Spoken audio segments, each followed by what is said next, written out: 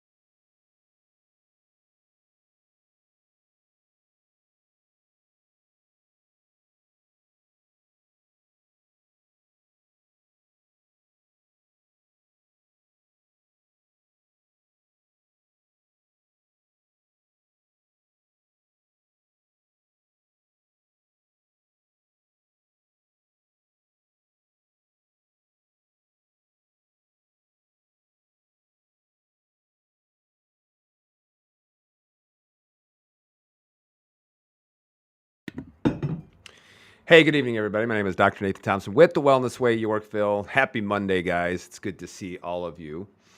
Oh, wow. We got a lot of people on. Thank you so much for joining us for this live broadcast. I was given the instructions to keep it short per my wife.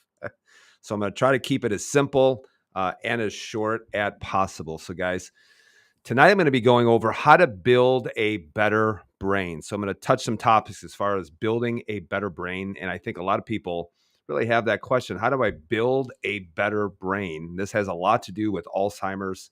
This has a lot to do with dementia and things like that. So how to build a bigger and a better brain. I'll be going over some ideas. Just remember this. I'm not going to show you a lot of research, but if you go in and you look over it, you'll understand that a lot of this is very, very research.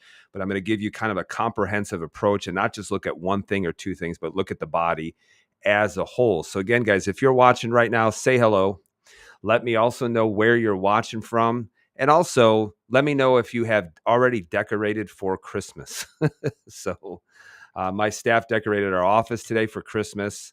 And yes, our house is already decorated for Christmas. My wife did a wonderful job doing that. So if you've already decorated for Christmas, I think that is awesome. And a lot of people argue like, oh, that's too soon. It's just like, just give people a break for crying out loud. So it's okay to decorate a little bit early for Christmas. And we did because this is going to be a great time of the year. So how to build a better brain. And so I'm going to show you all the different things. I'm going to show you a couple of research articles too. That's going to be very, very uh, provocative, I think. And in fact, I'm also going to touch base just a little bit with the COVID vaccine too. So make sure that you are paying attention to this. So who needs to watch this video? Okay. So who needs to watch this? Who is this specifically for? Well, if you are having some of the risk factors for um, dementia, Alzheimer's, and things like that, make sure that you watch this video all the way through. So who needs to watch this? Number one, if you smoke.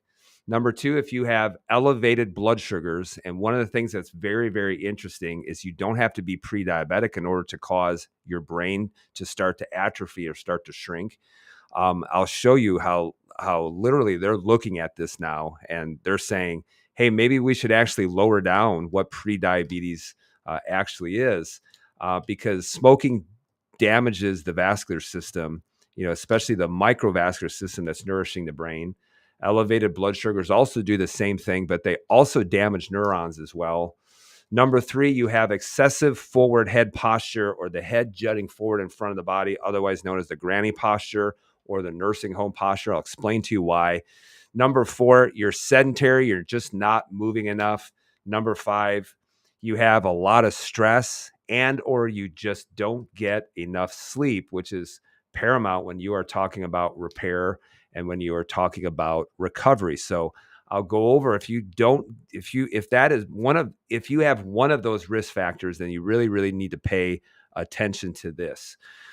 And guys, I always tell people start working on your health before you're already diagnosed with illness or disease or anything like that. But coming up December 2nd, our last inflammation event of the year is coming up, our last in-person event. So if you are from the Chicagoland area, please make sure, guys, that you get registered for us, especially if you are having issues, especially if you are concerned about brain health, but also if you're concerned about issues with weight loss or problems with the immune system that are related to cancer, problems with fertility or conceiving, thyroid issues, chronic joint pain, type 2 diabetes, autoimmunity, anything in regards to hormones or anything like that, because we'll show you the big picture on what you do in order to reduce down the stressors that is causing damage to the body, that's leading to inflammation.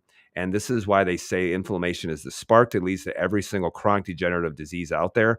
And brain issues are absolutely one of them. So if you're from the Chicagoland area, you want to work with me directly, you want to work with the Wellness Way approach, get registered for our next inflammation event, which is going to be I think a week or two from tomorrow. I can't even remember what the date is. I think it's like the 18th or something. So actually, it will be a two weeks from tomorrow is when our last inflammation event of the year is going to be. We won't have one for probably 5 or 6 weeks after that. So if you want to work with us, start sooner than later. Get registered for it. All you have to do is if you click on the link tree, which is on all of our socials, you'll see that link up there. If you click on that, you'll see this pop up, on your phone. You'll see it pop up on your computer, and then you'll just register right here. So you'll see the inflammation event. If you click on that, that'll take you to Eventbrite and take you 30 seconds to register for this free event.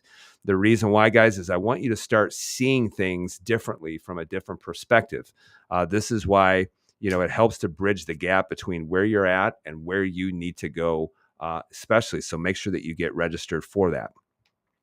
Now, just as a reminder, if you've been kind of gone for the last couple of weeks, we did open up remote consults.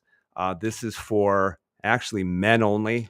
It's not that I don't like women or anything like that, but anytime that you're dealing with remotely, this right here is very, very important. So I have a very shortened schedule when it comes to working with people remotely. So I'm like, hey, why not help men start to reclaim their health? So this is for men only. You got to live in the contiguous 48 states. Just so that we can get testing shipped to you and some other things. And so if you're a man, you need to reclaim your health, you need to reclaim your life, and you are outside of the Chicagoland area, please make sure you give our office a call at 630-553-6149 and leave a message. And then we'll get back to you as quickly as possible to see if we can get that set up. But usually when we're working remotely, the first thing I always want to do is I want to talk to you first and foremost and see what's been going on in your life. What are some of the most important things for you that you would like to get corrected? And so make sure that you get that first consult scheduled. And all you have to do is just call the office to get that squared away. My staff will take care of everything at that time. Now, in addition to that, too, guys, Dr. Patrick Flynn, CEO of the Wellness Way, good friend of mine. I just texted with him just the other day. But every single Saturday morning at 8:00 a.m. Central Standard Time, he does his live broadcast called A Different Perspective. And last Saturday, he talked about the hepatitis B vaccine and why it doesn't make any sense. And so he gives a lot of different reasons why that is. And in fact, many times at some point, someone will ask me, they're like, hey, how many vaccines do your kids get? And I say, they've gotten all of them. All the ones with the proper safety study that have been conducted, which comes to 0. And in fact, on this broadcast, he did talk to Katie Collins is her name, and she's a physician assistant who kind of uncovers kind of the things when it comes to a lot of vaccines. And so she's talking from her perspective. And so they did an interview for a while that talked a lot about that. And she goes over why, from even a medical perspective, why it doesn't make a lot of sense. So definitely worth a watch. The week before, Dr. Patrick talked about the HPV vaccine and why it scares him to death.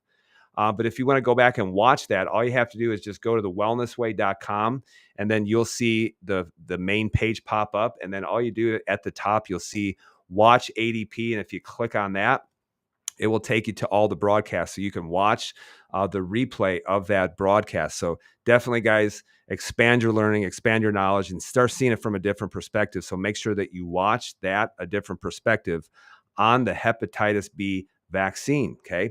So now, I do want to actually talk to you about some of the recent things that have happened. And this is in regards to the COVID vaccine. Okay.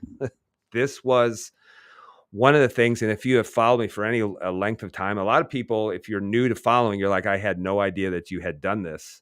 But this video used to be available on YouTube, and YouTube, in which I'm broadcasting from, wouldn't surprise me if they just shadow ban or delete this video or wipe me off the face of the earth. And I'm fine with that because it will never, ever shut me up. But I started doing some immune testing pre and post COVID vaccine. And what I saw, what I started to find looking at that, it was not good. So I just started relaying the information that I had uncovered. And the thing is that, people say you're wrong, you're wrong, you're wrong. And I'm like, I was right all along. And I'm not trying to punt the football. I don't say this with any kind of like, with joy or anything like that. But this comes from the Telegraph, which I think comes from Great Britain. And I looked at this, and this is not something that's extremely new or anything like that. But here's what the headline actually does read. COVID jabs may be to blame for an increase in excess deaths. COVID vaccines may be partly to blame for the rise in excess deaths since the pandemic, scientists have suggested. Researchers from the Netherlands analyzed data from 47 Western countries and discovered that there have been more than 3 million excess deaths since 2020, with the trend continuing despite the rollout of vaccines and containment measures. Okay. Experts said the unprecedented figures raised serious concerns, called on governments to fully investigate the underlying causes, including possible vaccine harms. Okay.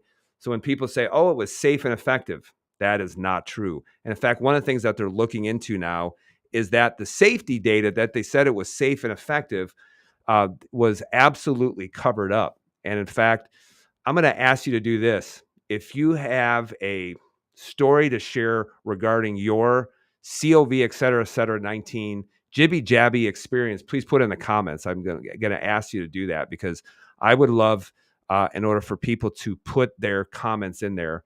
But one of the things that they're looking at is they're saying this was not safe. It certainly was not effective, because people talking about, oh, I got the COVID vaccine, and I've only gotten COVID 19 times. So they are looking into this, and they're also looking into the fact that a lot of the research, or a lot of the negative research that was involved with it regarding safety, was suppressed and it was actually hidden. So, and I don't say this with great joy. I don't say this as like, hey, I told you so. I say this as just, hey, this is just good because a lot of people were misled in regards to that, and in regards to mRNA vaccines. Don't let anybody tell you that it was something that was good. Okay. All right, guys. So building a better brain. Let's go over this. All right. Now, here's one of the reasons why I want to talk about this, because this is something that has affected my life greatly as well. In fact, this is my grandfather who passed away in 1995. And my grandfather suffered with dementia, and he suffered with Alzheimer's disease. Now, he died at 82 years of age. But here's the thing. He stopped breathing at 82 years of age, but he truly died a long time before that because, by the time that I was in 6th, 7th grade, he really didn't even remember who I was. He would love to come to my basketball games. And many times he didn't even know that he was watching me, or that he thought he was watching his son and not his grandson. So it was sad to see my grandfather decline the way that he did. And in fact, he actually didn't die of Alzheimer's disease. He died from medical error. That was one of the reasons why he passed away and he died. And I think that's even way more common than what a lot of people would like to think. And that's why I always tell people, if you want to be so absolutely distraught, if you want to be so absolutely disappointed in healthcare, then get sick and you'll see that the emperor truly is not wearing any clothes. And so he stopped breathing, almost 31 years ago. But in reality, he died long before that because he just didn't have his brain and he just did not know where he was at that point. So did my grandfather have a lot of risk factors to have Alzheimer's or dementia? Yes. He smoked for 70 years, had no idea how damaging it was to his body, had terrible gastrointestinal health. So he had a lot of things, obviously, that were going on. But it's sad to see how he suffered and how other people suffered watching him suffer. So I have dealt with this personally, but this is why, for me, I want to try to keep my brain as sharp, as clear as possible. Okay.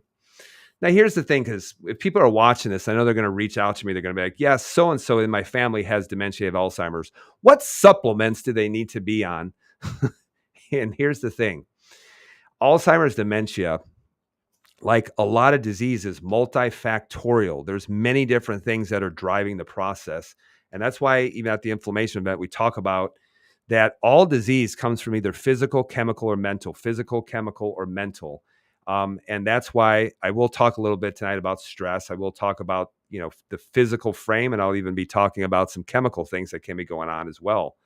But you have to understand there's not just one thing that's going on. But I will actually tell you this, is that if someone has dementia and they have Alzheimer's, it's too late. Okay. Once you have it, it's too late. So I don't want people reaching out to me. It's not like I don't care. It's not like, that you can't do something in order to help. But once a person does have dementia, then one of the things is that this is something that has been building for a long, long time. And by the time that they have it, you've kind of have missed the boat. And here's one of the reasons why. Because if you look at the brain structure of people with Alzheimer's versus a healthy, normal brain, if you look on the left, this is the brain. So on the right side, you see here, this is the frontal lobe. This is the occipital lobe, the cerebellum, the temporal lobe. And you see how full that is. And then if you look at the brain of someone with Alzheimer's, one of the things that you see just a tremendous amount of atrophy. And basically what has happened is the neurons have died off. That's led to shrinkage and atrophy of the brain. So by the time that you have that much atrophy, you'll notice that it doesn't, you don't notice it. And then boom, it hits like a ton of bricks all of a sudden.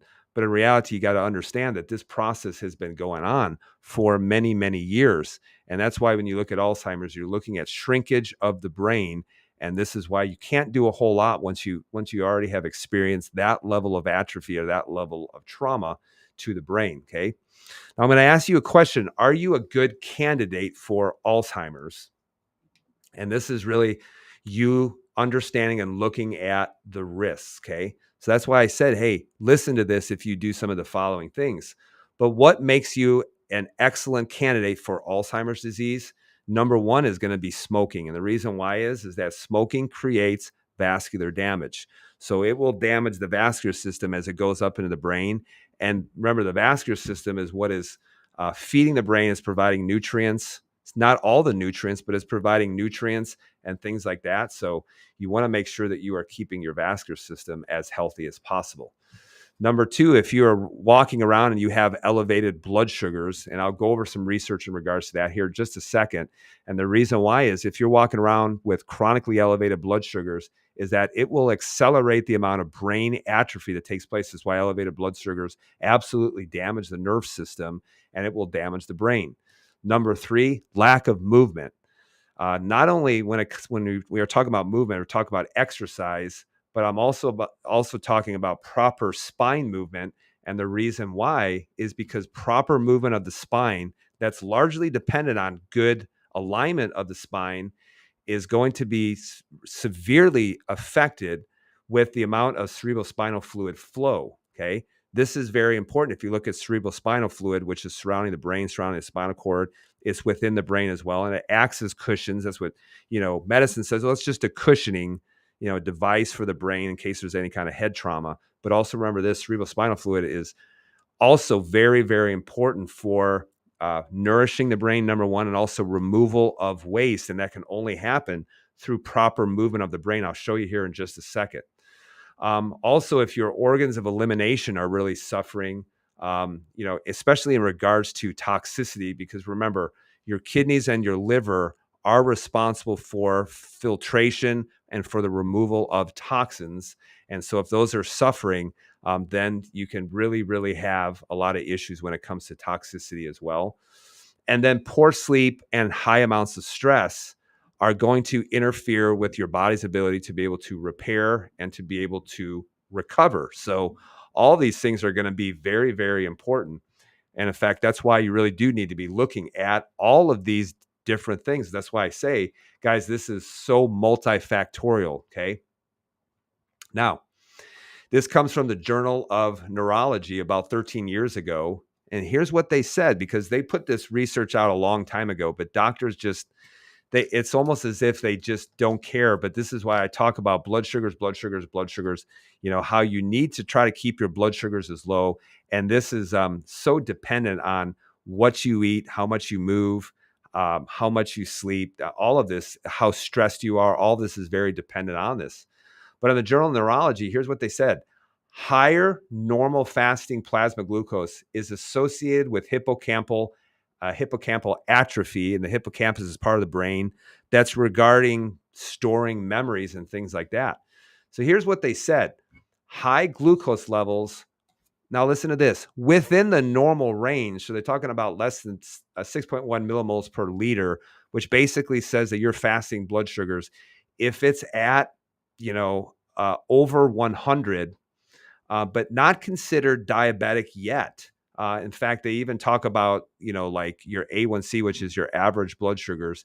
And they talk about under pre-diabetes as well. So you don't have to have pre-diabetes in order for it to cause, atrophy of the brain.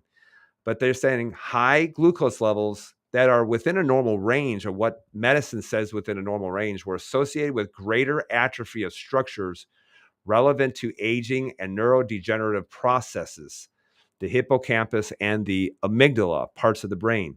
These findings suggest that even in the subclinical range and in the absence of diabetes, monitoring and management of plasma glucose levels could have an impact on cerebral health. So this is why, guys, getting your blood sugars under control, not once you have it, but looking at it and checking it long before you are diagnosed with anything. And this is why having good blood sugar levels are so, so important. In fact, I don't know if you've ever heard of this, but if you ever heard of diabetes brain, and in fact, long-term, people with long-term blood sugar issues, while over time, you will 100% see them have some kind of dementia or Alzheimer's type symptoms and things like that, because elevated blood sugars over a long period of time absolutely damage the nerve system. Okay. Now, here's another thing too, because this has to do with cerebral spinal fluid. Okay. So cerebral spinal fluid is actually how the brain gets nutrition. Part of the way that the brain gets nutrition is also through the vascular supply, but it's also how the brain removes waste. And this is why you need proper motion in through your neck. If you look at the side view over here, if you look at this picture over to the right, you're going to see a person with excessive forward head posture, what people would associate with aging, guys. And I hate the whole idea, well, I'm getting old and I'm supposed to look old. No, you're not. If you are doing things in order to prevent that from happening, this is something that you can absolutely prevent. It just so happens by the time people start looking into this, they already have some level of damage and it can become permanent. So if you look at this, one of the things that you will see, in fact, the only way to look and truly measure forward head posture is to get an x-ray of your neck from the side. So if you look at this, you can see the head going in what's known as excessive forward head posture, otherwise known as the humpback, the granny posture, or the nursing home posture. Well, they looked into this as far as like, hey, how does this affect cerebral spinal fluid or cerebral spinal flow?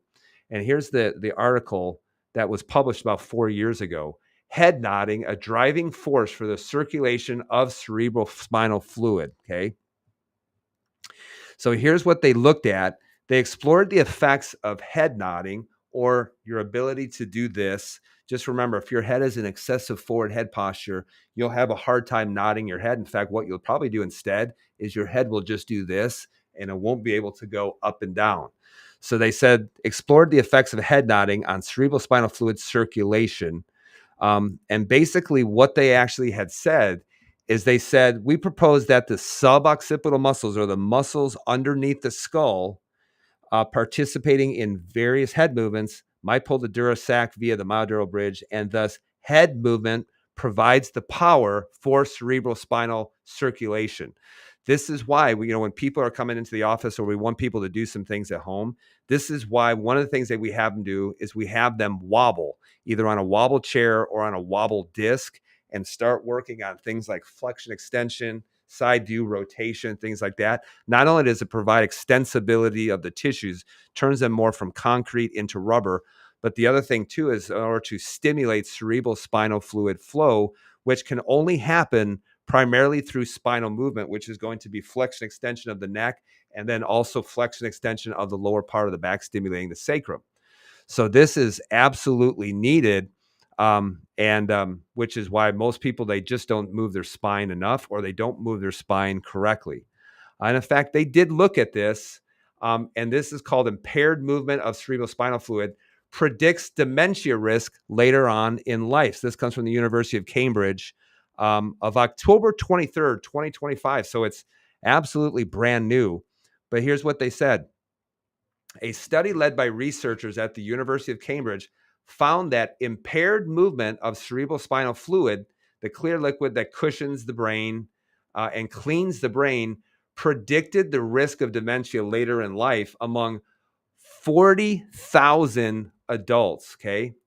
In the healthy brain, the so-called glymphatic system serves to clear out toxins and waste materials, keeping the brain healthy.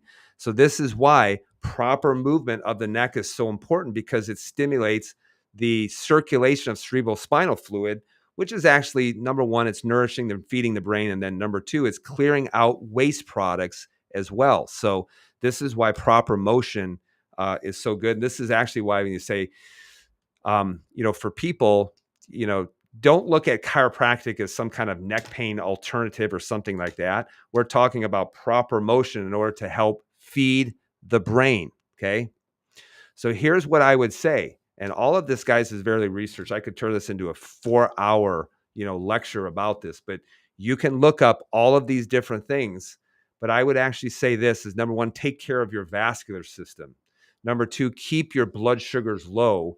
This is why a no sugar diet for a lot of people will greatly benefit them. In fact, coming up within the Wellness Way, coming up in January, we're going to have a no sugar January. Okay. A no sugar diet is not it's not a no carbohydrate diet. In fact, it is a moderate amount of carbohydrates. It's a high fiber, high protein type diet. Okay. So keep your blood sugars low. Number three, get adjusted by a corrective care chiropractor. Okay. There is a difference between chiropractors. When I say corrective care, someone who can take the appropriate x-rays and actually show you on measurement what your forward head posture looks like.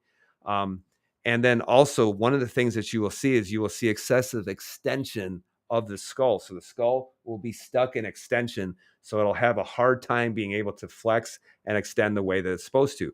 That's why a lot of the adjustments that I do is just helping people to be able to flex and extend their neck the way that they are supposed to. And then to follow up with that, giving you the appropriate home exercises. And this is why, doing a wobble disc or a wobble chair is so important in order to stimulate the flow of cerebral spinal fluid. This is also why, because guys, if you even look up walking, and I think there was a research article that said, even walking, 4,300 steps or something like that can reduce your risk of Alzheimer's by like 50%. And now they're saying you should be walking close to 10,000 steps per day. And that's because movement helps with cerebral spinal fluid exchange happening within the body. But I would say you probably need to go a little bit more complex with that than that.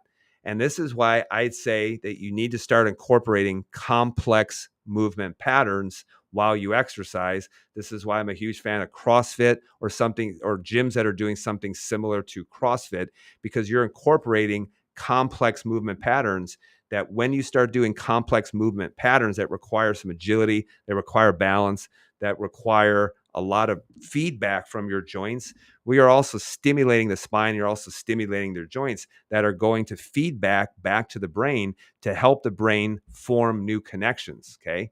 So complex movement patterns, absolutely. Make sure that you're getting adequate sleep.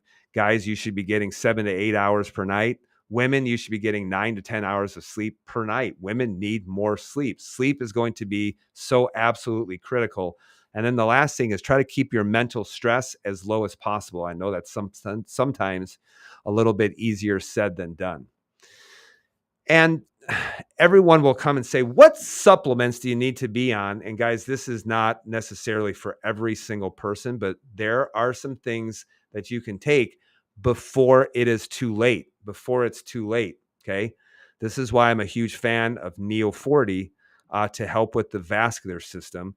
And basically, Neo 40 is basically helping with methylation around the vascular system to help the vascular system be able to open and close. It's almost like a multivitamin for the vascular system. That's why I'm a huge fan of Neo 40. Then there's some things that you can take that are involved and well researched when it comes to neuroplasticity. Just remember this: if your neurons are dead, you're not growing them back. However, neuroplasticity has to do with helping your brain form new connections. This is true when it comes to complex movement. This is also true with taking things that are stimulating the neurons to be able to go out and to form new connections. Things like Bacopa and also lion's mane, a medicinal mushroom, has been shown to improve neuroplasticity. However, I will tell you this: if you have Alzheimer's, you taking Bacopa is not going to magically make them recover from doing that. That's why you should be looking into this prior to you actually having it. In addition to that, there are certain B vitamins that can help 100%. Look up riboflavin, like riboflavin deficiency and dementia, and then also thiamine too. And I've talked about this a lot in a lot of live broadcasts, only because thiamine is absolutely going to be needed if you have issues when it comes with your blood sugar, because elevated blood sugars damage the neurons. And this is why diabetic neuropathy is so important. If someone's coming in and they have a diabetic neuropathy, I will recommend to them high doses of thiamine in order to reduce the oxidative stress that's taking place within those neurons. And then for stress, California poppy, ashwagandha. I actually already took both of them today for stress, especially when you are talking about mental stress. And then in regards to your blood sugars, there's some wonderful things that you can do in order to help with your blood sugars. However, I would say you have to fix your lifestyle first and foremost. Things like Gymnema, Oregon grape, or golden seal. Oregon grape and golden seal is a high berberine type food, or herb, I should say. And this can help with some of the helping your blood sugars. And then finally, vitamin D. Look all these things up and you will see, yes, there's a lot of good research out there that is actually showing that this can help with the brain, help with blood sugars, help with the immune system, help with neuroplasticity and things like that. So do you need to be on all of them? I don't know. But I'm not going to tell you that you should be on them or not. However, I will actually tell you this is I've took some of these already today because I am acutely interested in having a very, very healthy brain for as long as possible. Now, I know probably it begs the question. A lot of you are going to ask me about this too. So I'm like, I'll go ahead and talk about it. What about the role of aluminum in Alzheimer's and dementia? Okay. And here's the thing. If you look at a lot of vaccines, and we're talking specifically about the flu vaccine and things like that, they add in aluminum into the vaccine. People say, oh, it's just a tiny amount. I'm like, well, tell me how many vaccines you're getting that contain aluminum. And one of the reasons why they put aluminum in vaccines is because anytime that you introduce, some kind of foreign protein, most of your immune system is not sitting in the blood. And so it just doesn't elicit a response unless you hyperstimulate the immune system, in which aluminum is needed in order to hyperstimulate the immune system.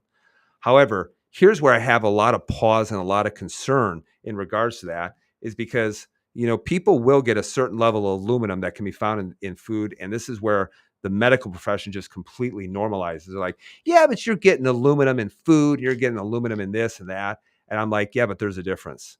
One of them you're eating, and the other one you're bypassing the barriers and you're injecting straight into the body. So this is why I have a lot of pause and a lot of concern. Dr. Patrick Flynn talked about this with the type of aluminum that they are using in the HPV vaccine, which is not your standard aluminum that's in other vaccines.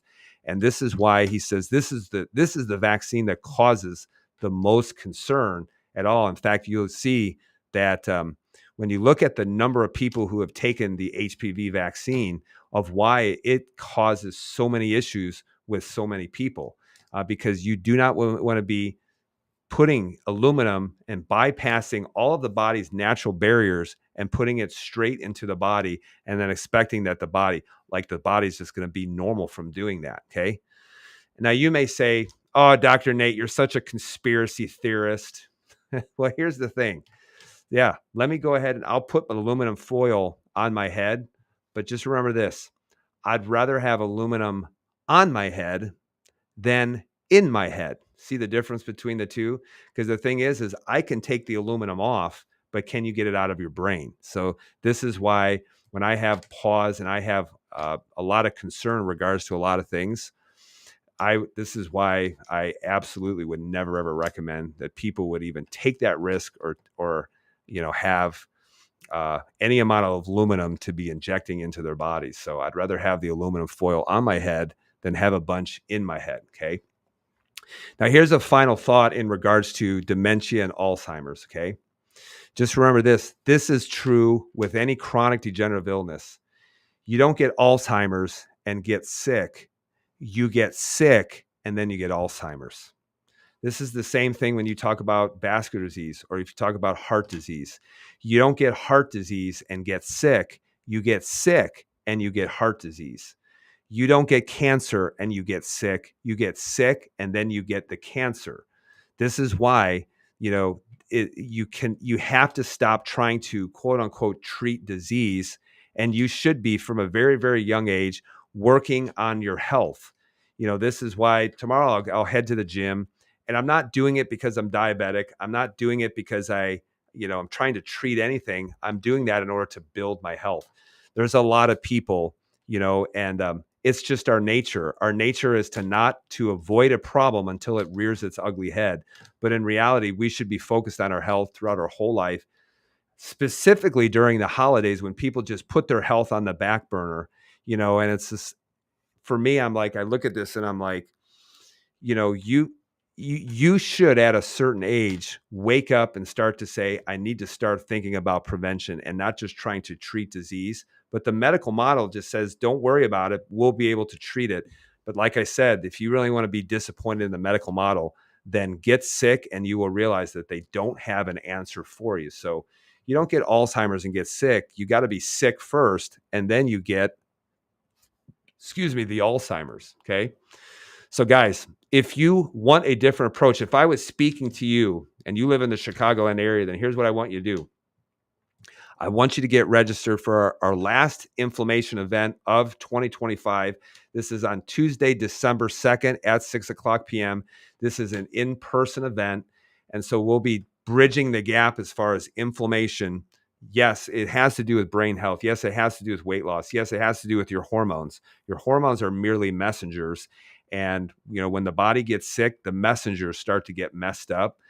Chronic joint pain, type 2 diabetes, autoimmunity, all those different things. And I'll help you bridge the gap between where you're at and where you need to head.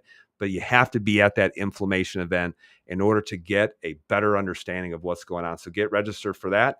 All you do is click our Linktree profile. You'll see that will take you to Eventbrite. Click on that link. It'll take you 30 seconds to get registered for it. And a member of my staff will reach out to you to confirm your attendance at that event. We do have a gift for you at the end. Okay.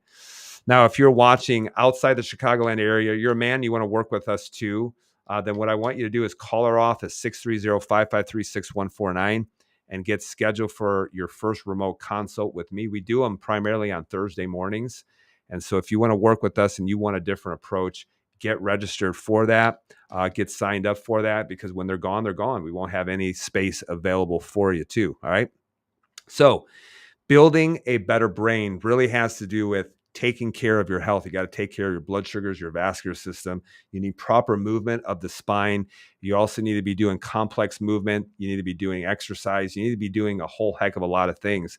But the biggest thing that I would tell you is you need to start working on building health and not waiting for disease to ravage your body before you decide to do something. Because I will tell you this, by the time that you wait, it will be too late. And guys, my prayer for you is please don't wait until it's too late. I was talking to a patient earlier today. He said, I just got back. I had to travel. My brother-in-law passed away. And I said, oh, I'm sorry to hear that. If you don't mind me asking, what did your brother-in-law pass away from? He said, cancer. And then he said this, you know what I think was driving that? I think it was the COVID vaccine.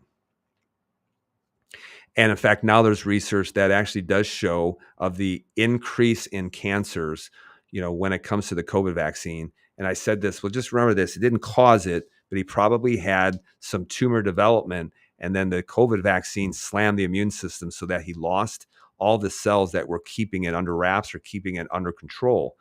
And so this is why, guys, when you follow us, especially when it comes to that, I haven't led anybody astray, when it comes to that. And the main reason why is because I just come from a perspective that it makes sense. And I also come always from the perspective of this: there is a God and it's not me.